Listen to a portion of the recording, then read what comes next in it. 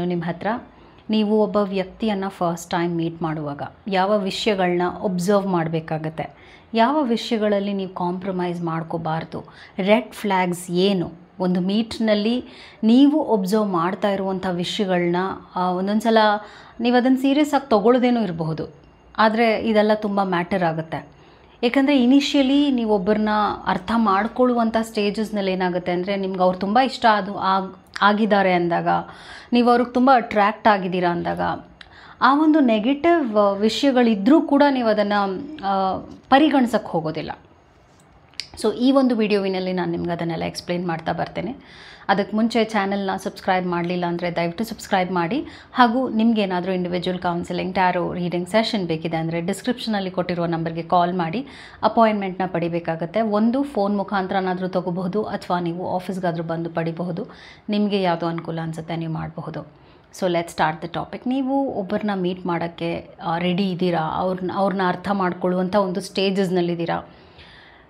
Negative ಪೀಪಲ್ನ ಹೇಗೆ attract ಮಾಡದೇ ಇರುವಂಥದ್ದು ಮತ್ತು ಅವ್ರನ್ನ ಹೇಗೆ ಕಟ್ ಆಫ್ ಮಾಡೋದು ಅಂತ ಕೂಡ ಹೇಳ್ತೀನಿ. ಅದು ಸುಲಭ ಅಲ್ಲ, ಹೌದು.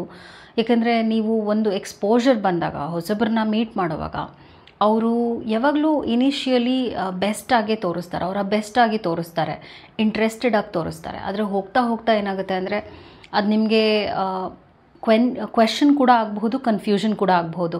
ನಿಮ್ಮ ಫಸ್ಟ್ ಜಡ್ಜ್ಮೆಂಟೇ ರಾಂಗ್ ಆಗಿತ್ತಾ ಅಂತ ಕೂಡ ಕ್ವೆಶನ್ ಮಾಡ್ಕೊಳ್ತಾ ಬರ್ತೀರಾ. ಅದನ್ನೆಲ್ಲ ಅವಾಯ್ಡ್ ಮಾಡೋದಕ್ಕೆ ಈ ವಿಡಿಯೋ ನಿಮಗೆ ಖಂಡಿತವಾಗ್ಲೂ ಹೆಲ್ಪ್ ಆಗುತ್ತೆ. ಸೊ ನೀವು ಒಬ್ಬರನ್ನ ಮೀಟ್ ಮಾಡುವಾಗ, ಸ್ಪೆಷಲಿ ನೀವು ಒಂದು ಕಡೆ ಇದ್ದೀರಾ ಅಂದಾಗ ಅವ್ರ ಜೊತೆ, ಅವರು ಒಬ್ಬ ವೇಟರ್ ಜೊತೆ ಹೇಗೆ ವರ್ತಿಸ್ತಾ ಇದ್ದಾರೆ ಅಂತ ಒಬ್ಸರ್ವ್ ಮಾಡಬೇಕಾಗತ್ತೆ. ಫುಡ್ ಆರ್ಡರ್ ಮಾಡುವಾಗ ಹೇಗೆ ಅವರು ಮಾತಾಡ್ತಾ ಇದ್ದಾರೆ ಅಂತ ಒಬ್ಸರ್ವ್ ಮಾಡಬೇಕಾಗತ್ತೆ. ಮತ್ತು ಇನ್ನೊಂದೇನು ವಿಷಯ ಅಂದರೆ ನಿಮ್ಮನ್ನು ಅವ್ರು ಕೇಳ್ತಾ ಇದ್ದಾರಾ. ಸ್ಪೆಷಲಿ ನೀವು ಒಂದು ಕಡೆ ಹೋಗಿದ್ದೀರಾ, ಅವ್ರ ಜೊತೆ ಏನೋ ಊಟ ಮಾಡೋಕ್ಕೆ ಹೋಗಿರ್ಬೋದು, ಕಾಫಿ ಕುಡಿಯೋಕ್ಕೆ ಹೋಗಿರ್ಬೋದು, ನಿನಗೇನು ಬೇಕು ಅಂತ ಕೇಳ್ತಾ ಇದ್ದಾರಾ, ಅಥವಾ ಅವರೇ ಡಿಸೈಡ್ ಮಾಡಿ ನಿಮ್ಗೇನಾದ್ರು ತಂದು ಕೊಡ್ತಾ ಇದ್ದಾರಾ. ಸೊ ಯಾವಾಗ ಅವರೇ ಏನೋ ಒಂದು ಡಿಸೈಡ್ ಮಾಡಿ ನಿಮಗೆ, ಮೇ ಬಿ ನಿಮಗೆ ಕಾಫಿ ಇಷ್ಟ ಇರ್ಬೋದು, ಆದರೆ ಅವ್ರಿಗೆ ಟೀ ಇಷ್ಟ ಇರ್ಬೋದು. ಸಿನ್ಸ್ ಅವ್ರಿಗೆ ಟೀ ಇಷ್ಟ ಇದೆ ಅಂತ 2 ಕಪ್ ಟೀ ತಂದು ಕೊಡೋದು. ಸೊ ಇದೇನಾಗುತ್ತೆ ಅಂದರೆ ಅವರು ನಿಮ್ಮ ವ್ಯೂ ಪಾಯಿಂಟ್ಗೆ ರೆಸ್ಪೆಕ್ಟ್ ಕೊಡ್ತಾ ಇಲ್ಲ ಅಂತ ಅರ್ಥ. ಇದೆಲ್ಲ ಯೂಶಲಿ ಫಸ್ಟ್ ಮೀಟಲ್ಲೇ ಅರ್ಥ ಆಗುತ್ತೆ. ನಿನಗೇನು ಬೇಕು, ನಿನಗೇನು ಇಷ್ಟ, ಅಥವಾ ಒಟ್ಟಿಗೆ ಏನು ಆರ್ಡರ್ ಮಾಡೋಣ, ಓಕೆ ಇದನ್ನು ಶೇರ್ ಮಾಡೋಣ ಅಂದರೆ ಇದು ನಿನಗೆ ಇಷ್ಟ ಇದೆಯಾ, ಇದನ್ನ ನಾನು ನಿನ್ನ ಜೊತೆ ಶೇರ್ ಮಾಡಬಹುದಾ. ಈ ಥರ ಒಂದು ಫುಡ್ ವಿಷಯಗಳಲ್ಲೂ ನೀವು ಒಂದು ಸ್ವಲ್ಪ ಒಬ್ಸರ್ವೇಷನ್ ಮಾಡಿದ್ರೆ ಗೊತ್ತಾಗುತ್ತೆ ಅವರು ಯಾವ ಒಂದು ಮೆಂಟ್ಯಾಲಿಟಿನ ಇಟ್ಕೊಂಡಿದ್ದಾರೆ. ಈ ಥರ ಎಲ್ಲ ವರ್ತಿಸಿದಾಗ ನಾವು ಅವ್ರನ್ನ ಸೆಲ್ಫ್ ಒಬ್ಸಾರ್ಬ್ಡ್ ಪೀಪಲ್ ಅಂತ ಹೇಳ್ತೀವಿ. ಅವ್ರಿಗೆ ಅವ್ರ ಬಗ್ಗೆನೇ, ಅವರ ಇಷ್ಟ ಕಷ್ಟಗಳ ಬಗ್ಗೆನೇ ಯೋಚನೆ ಇರುತ್ತೆ, ಬಿಟ್ಟರೆ ನಿಮಗೇನು ಇಷ್ಟ ಆಗುತ್ತೆ, ನಿಮಗೇನು ಇಷ್ಟ ಆಗಲ್ಲ, ಇದ್ರ ಬಗ್ಗೆ ಅವ್ರಿಗೆ ಅಷ್ಟು ಮ್ಯಾಟರ್ ಆಗೋದೇ ಇಲ್ಲ. ನೆಕ್ಸ್ಟ್ ವಿಚಾರ ಏನಾಗುತ್ತೆ ಅಂದರೆ, ಅವ್ರು ಎಲ್ಲಾದರೂ ಹೋಗಬೇಕು ಅಂತ ಇದ್ದಾರೆ ಅಂದರೆ ಅವ್ರು ನಿಮ್ಮ ವ್ಯೂ ಪಾಯಿಂಟ್ನ ಕೇಳೋದಕ್ಕೂ ಹೋಗಲ್ಲ. ನಾನು ಇಲ್ಲಿ ಹೋಗಬೇಕು ಅಂತ ಇದ್ದೀನಿ, ನಿನಗಿಷ್ಟ ಇದೆಯಾ, ಈ ಜಾಗ ನಿನಗೆ ಹೋಗೋಕ್ಕೆ ಇಷ್ಟ ಇದೆಯಾ, ಇಬ್ಬರು ಒಟ್ಟಿಗೆ ಹೋಗೋದ್ರಲ್ಲಿ ಫನ್ ಇರುತ್ತಾ. ಬಿಕಾಸ್ ಯಾವಾಗ ಒನ್ ಸೈಡೆಡ್ ರಿಲೇಷನ್ಶಿಪ್ ಆಗೋಗುತ್ತೆ, ಅದು ಇನಿಷಿಯಲಿ ನಿಮ್ಗೆ ಅದು ಗೊತ್ತಾಗಲೇಬೇಕು. ಅಕಸ್ಮಾತ್ ನೀವು ಅದನ್ನು ಅವಾಯ್ಡ್ ಮಾಡಿದ್ರಿ ಅಂದರೆ ಇದೆಲ್ಲ ಮುಂದೆ ಹೋಗ್ತಾ ಹೋಗ್ತಾ ದೊಡ್ಡ ಪ್ರಾಬ್ಲಮ್ ಆಗುತ್ತೆ. ನಾನು ಈ ಜಾಗ ನೋಡಿರಲಿಲ್ಲ, ಅದಕ್ಕೆ ನಾನು ನಿನ್ನನ್ನು ಕರ್ಕೊಂಡು ಹೋಗ್ತಿದ್ದೀನಿ, ಆದರೆ ನೀವು ಆ ಜಾಗ ನೋಡಿರ್ಬೋದು, ಅದನ್ನ ಅವ್ರು ಕೇಳದೇ ಇರ್ಬೋದು. ಸೊ ಇದು ಕೂಡ ಮ್ಯಾಟರ್ ಆಗುತ್ತೆ. ಇದೆಲ್ಲ ನಿಮಗೆ ಇನಿಷಿಯಲ್ ಸ್ಟೇಜಸ್ನಲ್ಲೇ ಗೊತ್ತಾಗ್ತಾ ಬರುತ್ತೆ ಅವ್ರು ಯಾವ ರೀತಿಯಾದ ಒಂದು ಆ್ಯಟಿಟ್ಯೂಡ್ ಮತ್ತು ಪರ್ಸ್ನಾಲಿಟಿನ ಹೊಂದಿದ್ದಾರೆ ಅಂತ. ಮತ್ತು ಅವರ ಲೈಫ್ ಸ್ಟೋರಿ ಬಗ್ಗೆನೇ ತುಂಬ ನಿಮ್ಮ ಹತ್ರ ಮಾತಾಡ್ತಾ ಇದ್ದಾರೆ, ಓವರ್ ಶೇರಿಂಗ್ ಮಾಡ್ಕೊಳ್ತಾ ಇದ್ದಾರೆ, ಅಥವಾ ಅವ್ರ ಪ್ರಾಬ್ಲಮ್ಸ್ ಹೀಗಿದೆ ಹಾಗಿದೆ ಅಂತ ಹೇಳಿಕೊಂಡು ನಿಮ್ಮ ಒಂದು ಪ್ರಾಬ್ಲಮ್ ಏನೋ ಹೇಳ್ಕೊಳ್ತಾ ಇದ್ದೀರಾ ಅಂದಾಗ ಕಟ್ ಆಫ್ ಮಾಡ್ತಾ ಇದ್ದಾರೆ, ಕಾನ್ವರ್ಸೇಷನ್ನ ಕಟ್ ಆಫ್ ಮಾಡ್ತಾ ಇದ್ದಾರೆ. ನೀವೇನೋ ಹೇಳ್ಕೊಳ್ಳುವಾಗ ಅದಕ್ಕೆ ಅವರು ಒಂದು ಮನಸ್ಸಿಟ್ಟು ಕೇಳ್ತಾ ಇಲ್ಲ, ಆದರೆ ನಿಮ್ಮ ಎಲ್ಲ ಅಟೆನ್ಷನ್ನು ಕೂಡ ಅವ್ರು ಹೇಳ್ಕೊಳ್ಳುವಾಗ ಎಕ್ಸ್ಪೆಕ್ಟ್ ಮಾಡ್ತಾ ಇದ್ದಾರೆ. ನೀನು ನನ್ನ ಮಾತು ಕೇಳು, ನಾನು ಇದನ್ನು ಹೇಳ್ತಾ ಇದ್ದೀನಲ್ಲ, ನೀನು ನನ್ನನ್ನು ಅರ್ಥನೇ ಮಾಡ್ಕೊಳ್ಳಲ್ಲ ಅಂತ ಕಂಪ್ಲೇಂಟ್ ಹೇಳುವಂಥದ್ದು. ನೀವು ಯಾವಾಗ ನಿಮ್ಮ ಲೈಫ್ ಬಗ್ಗೆ ಮಾತಾಡೋಕ್ಕೆ ಹೋಗ್ತೀರಾ, ಮೇ ಬಿ ಆ ಒಂದು ಮೀಟ್ನಲ್ಲಿ, ಆ ಒಂದು ಕಾನ್ವರ್ಸೇಷನಲ್ಲಿ 90% ಅವ್ರದ್ದೇ ಆಗಿರ್ಬೋದು, ಒಂದು 10% ಕೂಡ ನಿಮ್ಮ ಬಗ್ಗೆ ಅವ್ರಿಗೆ ಕಾಳಜಿ ಇಲ್ಲ.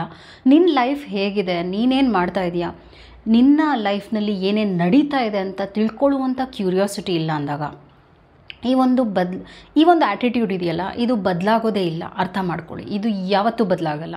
ಯಾಕಂದರೆ ಅವರು ಹೀಗೆ ಒಂದು ಇನಿಷಿಯಲ್ ಮೀಟ್ಸ್ನಲ್ಲೇ ವರ್ತಿಸ್ತಾ ಇದ್ದಾರೆ, ಹೀಗೆ ನಿಮಗೆ ಬೇಜಾರು ಮಾಡ್ತಾ ಇದ್ದಾರೆ ಅಂದರೆ ಹೌದು, ಅದು ಹೀಗೆ ಮುಂದೆ ಕೂಡ ಇರುತ್ತೆ ಅನ್ನೋದು ನೀವು ಸೀರಿಯಸ್ ಆಗಿ ಪರಿಗಣಿಸ್ಬೇಕಾಗತ್ತೆ. ನೆಕ್ಸ್ಟ್ ವಿಚಾರ ಏನಾಗುತ್ತೆ ಅಂದರೆ, ಅವರು ಬಹಳ ಅಡ್ಮೈರ್ ಮಾಡುವಂಥ ಜನರು, ಅವರ ಬಗ್ಗೆನೇ ಅವರು ಹೊಗಳ್ಕೊಳ್ತಾ ಇರುವಂಥ ಜನರು, ಇವರು ಕೂಡ ಸ್ವಲ್ಪ ಕಾಂಪ್ಲಿಕೇಟೆಡ್ ಆಗಿರ್ತಾರೆ. ಯಾಕೆಂದರೆ ಅವ್ರ ಬಗ್ಗೆನೇ ಒಂದು ಹೊಗಳಿಕೆ ಸ್ವಭಾವ ಇರುತ್ತೆ. ಅವರನ್ನವರೇ ತುಂಬಾ ಒಬ್ಸೆಸ್ಡ್ ಅಂತ ಹೇಳ್ತೀವಿ, ಆ ಲೆವೆಲ್ಗೆ ಹೋಗಿರ್ತಾರೆ. ಮತ್ತು ನಾನು ಹಾಗೆ ಮಾಡಿದೆ, ನನಗೆ ಅಲ್ಲಿ ಸಿಕ್ತು ಇದು, ನನಗೆ ಈ ಥರ ಜನ ಅಟೆನ್ಷನ್ ಕೊಟ್ಟರು, ಅಥವಾ ನನಗೆ ಈ ಒಂದು ಅವಾರ್ಡ್ ಸಿಕ್ತು, ಅಥವಾ ನನಗೆ ಈ ಥರದ್ದು ಒಂದು ಏನು ವಿಕ್ಟ್ರಿ ಸಿಕ್ತು. ಸೊ ನಾನು ಅದನ್ನು ಸಾಧಿಸಿದೆ, ನಾನು ಇದನ್ನು ಸಾಧಿಸಿದೆ, ನಾನು ಇಷ್ಟು ಸಂಪಾದನೆ ಮಾಡಿದೆ, ನಾನು ಇಷ್ಟು ಆಸ್ತಿ ಮಾಡಿದೆ. ಹೀಗೆ ಅವರ ಬಗ್ಗೆ ಅವರು ಬಹಳ ಹೇಳ್ಕೊಳ್ತಾ ಇದ್ರು ಕೂಡ ಇದು ಪ್ರಾಬ್ಲಮ್ ಆಗ್ತಾ ಹೋಗುತ್ತೆ. ಯಾಕಂದರೆ ನಿಮ್ಮನ್ನು ಅವ್ರು ಹೇಗೆ ನೋಡ್ತಾ ಇದ್ದಾರೆ ಅನ್ನೋದು ಅವ್ರಿಗೆ ಮ್ಯಾಟರು ಆಗ್ತಾ ಇರಲ್ಲ. ನಿಮ್ಮ ಲೈಫ್ನಲ್ಲಿ ಹೇಗೆ ವಿಷಯಗಳಿದೆ, ಅಥವಾ ನಿಮಗೆ ಹೇಗೆ ಸಪೋರ್ಟಿವ್ ಆಗಿರಬೇಕು ಅನ್ನೋ ಆ ಲೆವೆಲ್ಗೆ ಅವ್ರು ಬಂದೂ ಇರೋದಿಲ್ಲ. ಸೊ ಇದೆಲ್ಲ ರೆಡ್ ಫ್ಲ್ಯಾಗ್ಸ್ ಅಂತ ಹೇಳ್ತೀವಿ ರಿಲೇಷನ್ಶಿಪ್ನಲ್ಲಿ. ಇದು ಇನಿಷಿಯಲ್ ಸ್ಟೇಜಸಲ್ಲೇ ನಿಮಗೆ ಗೊತ್ತಾಗುತ್ತೆ. ಯಾವಾಗ ನಿಮ್ಮ ಸಡಗರದಲ್ಲಿ, ನಿಮ್ಮ ಖುಷಿಯಲ್ಲಿ ಅವರು ಭಾಗ ಆಗ್ತಾ ಇಲ್ಲ, ಅವ್ರು ಅದನ್ನು ಸೆಲೆಬ್ರೇಷನ್ ಮಾಡ್ತಾ ಇಲ್ಲ, ಹಾಗೂ ನೀವೇನೋ ಒಂದು ಒಳ್ಳೇದು ಹೇಳ್ಕೊಂಡಿದ್ದ ತಕ್ಷಣ ನನ್ನ ಲೈಫಲ್ಲಿ ದುಪ್ಪಟ್ಟು ಒಳ್ಳೇದಾಗಿದೆ ಅಂತ ಅವ್ರ ಕಡೆಗೆ ಫೋಕಸ್ ಮಾಡಿಕೊಂಡ್ರು ಅಂದರೂ ಕೂಡ that is a very big red flag ಅಂತ ಹೇಳ್ತೇನೆ. ಮತ್ತು ಸ್ಟೋರಿ ಟೆಲರ್ಸ್ ಅಂತ ಹೇಳ್ತೀವಿ, ಇದು ಕೂಡ ಒಂದು ವಿಷಯ ನೀವು ಒಬ್ಸರ್ವ್ ಮಾಡ್ಬೋದು ಇನಿಷಿಯಲ್ ಸ್ಟೇಜಸ್ನಲ್ಲಿ. ಸ್ಟೋರಿ ಟೆಲರ್ಸ್ ಅಂದರೆ, ನನಗೆ ಆ ಸೆಲೆಬ್ರಿಟಿ ಗೊತ್ತು, ನನಗೆ ಅವರು ಪರಿಚಯ ಇದೆ, ಅಥವಾ ಇವರೆಲ್ಲ ನನ್ನ ಲೈಫ್ನಲ್ಲಿ ಮುಂಚೆ ಇದ್ದರು. ಬೇಸಿಕ್ಲಿ ಇವ್ರು ಏನನ್ನು ಹೇಳ್ತಾ ಇದ್ದಾರೆ ಅಂದರೆ, ನಾನೊಂದು ಸ್ಟಾರ್, ಬಿಕಾಸ್ ನಾನು ಸ್ಟಾರ್ಸ್ ಜೊತೆ ಎಲ್ಲ ನನ್ನ ಲೈಫ್ ಸ್ಟೈಲ್ನ ಇಟ್ಕೊಂಡಿದ್ದೀನಿ, ಅಥವಾ ನನ್ನ ರೊಟೀನ್ನ ಇಟ್ಕೊಂಡಿದ್ದೀನಿ, ನನ್ನ ಲೈಫ್ನಲ್ಲಿ ಇಷ್ಟೆಲ್ಲ ಒಳ್ಳೇದು ನಡೀತಾ ಇದೆ. ಸೊ ತುಂಬ ಫ್ಯಾಬ್ರಿಕೇಷನ್ ಮಾಡುವಂಥದ್ದು, ಮತ್ತು ನೀವು ನಂಬಕ್ಕೂ ಆಗೋದಿಲ್ಲ ಅಂಥ ಸುಳ್ಳುಗಳನ್ನ ಹೇಳ್ತಾರೆ. ನಿನಗೆ ಗೊತ್ತಾ, ನನ್ನ ಹಿಂದೆ ಆಕೆ ಬಿದ್ದಿದ್ಲು, ಅವಳು ನನ್ನ ಹಿಂದೆನೇ ನೀನು ಮದುವೆ ಆಗು ಅಂತ ಹೇಳ್ತಾ ಇದ್ಲು, ಆದರೆ ನನಗಿಷ್ಟ ಇಲ್ಲ ಅಂತ ಹೇಳಿಬಿಟ್ಟೆ. ಸೊ ಇದು ನಿಮಗೆ ಹೇಳುವ ಅವಶ್ಯಕತೆ ಇಲ್ಲ. ಅವ್ರು ಯಾಕೆ ಇದನ್ನು ನಿಮಗೆ ಹೇಳ್ತಾ ಇದ್ದಾರೆ ಅಂದರೆ, ಅವರು ಒಂದು ಹೈಯರ್ ಎಂಡ್ ಪವರ್ಗೆ ಬರಬೇಕು, ನಿಮಗಿಂತ ಒಂದು ಪವರ್ಫುಲ್ ಸ್ಟೇಟಿಗೆ ಬರಬೇಕು. ಅದು ಹೇಗೆ ಸಾಧ್ಯ ಅಂದರೆ, ಈ ಥರದ್ದು ಒಂದು ಸುದ್ದಿನ ನಿಮಗೆ ಮುಟ್ಟಿಸುವುದರಿಂದ. ಆದರೆ ಇದು ಸುಳ್ಳೋ ನಿಜಾನೋ ಅನ್ನೋದು ನಿಮಗೂ ಕೂಡ ಕ್ವೆಶ್ಚನ್ ಆಗುತ್ತೆ. ನಿಜವಾಗ್ಲೂ ಇವ್ರು ನನಗೆ ನಿಜಾನೇ ಹೇಳ್ತಾ ಇದ್ದಾರಾ? ನೀವೊಂದು ಶಾಕಲ್ಲಿ ಹೌದಾ ಹೀಗಾ ಅಂತ ಕೇಳ್ತೀರಾ.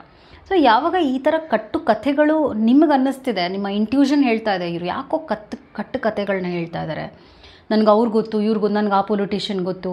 ಸೊ ಬೇಸಿಕ್ಲಿ ಇನ್ಫ್ಲೂಯೆನ್ಷಿಯಲ್ ಪೀಪಲ್ ಬಗ್ಗೆ ಮಾತಾಡ್ತಾರೆ, ಇವರೆಲ್ಲ ನನ್ನ ಹಿಂದೆ ಇದ್ದಾರೆ, ಅಥವಾ ನನ್ನ ಮುಂದೆ ಇದ್ದಾರೆ, ನನ್ನ ಜೊತೆನೇ ಇದ್ದಾರೆ, ಈ ಥರ ಎಲ್ಲ ಮಾತಾಡ್ತಾರೆ, ನನಗಿಂತ ಅವ್ರ ಜೊತೆ ಎಲ್ಲ ಸಂಪರ್ಕ ಇದೆ. ಇದನ್ನೆಲ್ಲ ಅವ್ರು ಇನಿಷಿಯಲ್ ಸ್ಟೇಜಸ್ನಲ್ಲಿ ಹೇಳ್ತಾ ಇದ್ದಾರೆ ನಿಮಗೆ, ಅಥವಾ ಇನಿಷಿಯಲ್ ಮೀಟ್ಸ್ನಲ್ಲಿ ಹೇಳ್ತಾ ಇದ್ದಾರೆ. ಅಂದರೆ ಒಂದು ಇಂಪ್ರೆಷನ್ನ ಸೆಟ್ ಮಾಡ್ತಾ ಇದ್ದಾರೆ.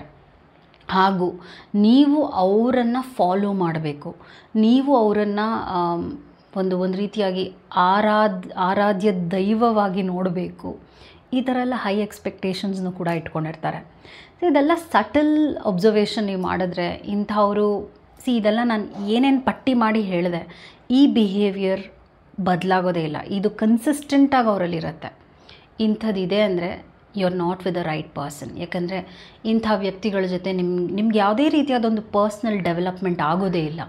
ನಿಮ್ಮ ಸೆಲ್ಫ್ ಎಸ್ಟೀಮ್ ಮತ್ತು ನಿಮ್ಮ ಕಾನ್ಫಿಡೆನ್ಸ್ ಕುಗ್ತಾ ಬರುತ್ತೆ, ನಿಮ್ಮ ಲೈಫ್ ಬಗ್ಗೆನೇ ನಿಮಗೆ ಒಂದು ಕ್ವೆಶ್ಚನ್ ಮಾರ್ಕ್ ಮೂಡುತ್ತೆ.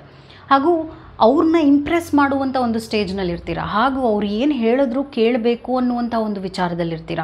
ನಿಮ್ಮದು ಒಂದು ಸ್ವಂತ ಬುದ್ಧಿಯನ್ನು ಬಿಟ್ಬಿಡ್ತೀರ. ಅವ್ರು ಏನೇನು ಇದು ನೀನು ನನಗೆ ಮಾಡು, ಇದು ನನಗೆ ತಂದುಕೊಡು ಅಂದರೂ ತಂದುಕೊಡೋದು, ನೀನು ಹೀಗೆ ನಡ್ಕೋಬೇಕು ಅಂದರೆ ನಡ್ಕೊಳ್ಳೋದು, ಇದೆಲ್ಲ ಏನಾಗುತ್ತೆ ಅಂದರೆ ನಿಮ್ಮ ಲೈಫ್ ಕಂಟ್ರೋಲ್ನ ಅವ್ರಿಗೆ ಕೊಟ್ಬಿಟ್ರಿ ಅಂತ. ಯಾವಾಗ ನೀವು ಅದಕ್ಕೆ ಮಾರು ಹೋಗ್ಬಿಡ್ತೀರಾ, ಅಥವಾ ಅವರ ಒಂದು ಅಧೀನಕ್ಕೆ ಬರ್ತೀರಾ. ಇದೆಲ್ಲ ಟ್ಯಾಕ್ಟಿಕ್ಸ್, ಇದೆಲ್ಲ ನಿಮಗೆ ಅಬ್ಸರ್ವ್ ಮಾಡೋದ್ರಿಂದನೇ ಗೊತ್ತಾಗುತ್ತೆ. So hope this video was helpful. Take care. Namaskara. Thank you.